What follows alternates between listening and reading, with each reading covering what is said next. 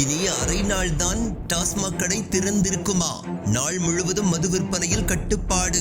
என்ன செய்ய போகின்றார் முதலமைச்சர் விஜய்? சென்னையில் சட்டவிரோத பார்களை தடுக்க தவறியதாக எழுந்த புகாரில் திருவொற்றியூர் இன்ஸ்பெக்டரை பணியிடை நீக்கம் செய்து சென்னை போலீஸ் கமிஷனர் முதல் அதிரடி நடவடிக்கை எடுத்திருப்பதை பொதுமக்கள் வரவேற்றுள்ளனர். இதேபோல தமிழ்நாடு முழுவதும் சட்டவிரோதமாக டாஸ்மாக் அல்லது தனியார் மதுபான கடைகளில் சட்டவிரோதமாக மது விற்பனை செய்வதை தடுக்க தவறினால் அந்த ஏரியா இன்ஸ்பெக்டர் சப் இன்ஸ்பெக்டரை சஸ்பெண்ட் செய்ய வேண்டும் என்று முதல்வர் விஜய்க்கு பொதுமக்கள் கோரிக்கை வைத்துள்ளனர். இரவு 10 மணிக்கு டாஸ்மாக் கடைகள் மூடப்பட்டவுடன் ஆங்காங்கே சட்டவிரோத பார்களும் சில்லறை மது விற்பனை கடைகளும் போலீசாரின் துணையோடு செயல்பட தொடங்கும் என்ற புகார்கள் நீண்ட காலமாகவே உள்ளது. இரவு 10 மணிக்கு மேல் ஒரு குவார்ட்டர் 250 ரூபாய் என்று எழுதப்படாத சட்டம் போல பல பார்களில் விற்பனையாகியும் வந்தது. இது பற்றி மக்கள் புகார் அளித்தாலும் ஓரிரு நாட்கள் நடவடிக்கை இருக்கும், பின்னர் கண்டுகொள்ள மாட்டார்கள் என்ற புகாரும் உள்ளது. இந்த சூழலில் சென்னை மாநகர போலீஸ் கமிஷனரின் இந்த நடவடிக்கையால் சட்டவிரோத பார்களும் சில்லறை விற்பனை கடைகளும் இனிமேல் மூடப்படும் என்பது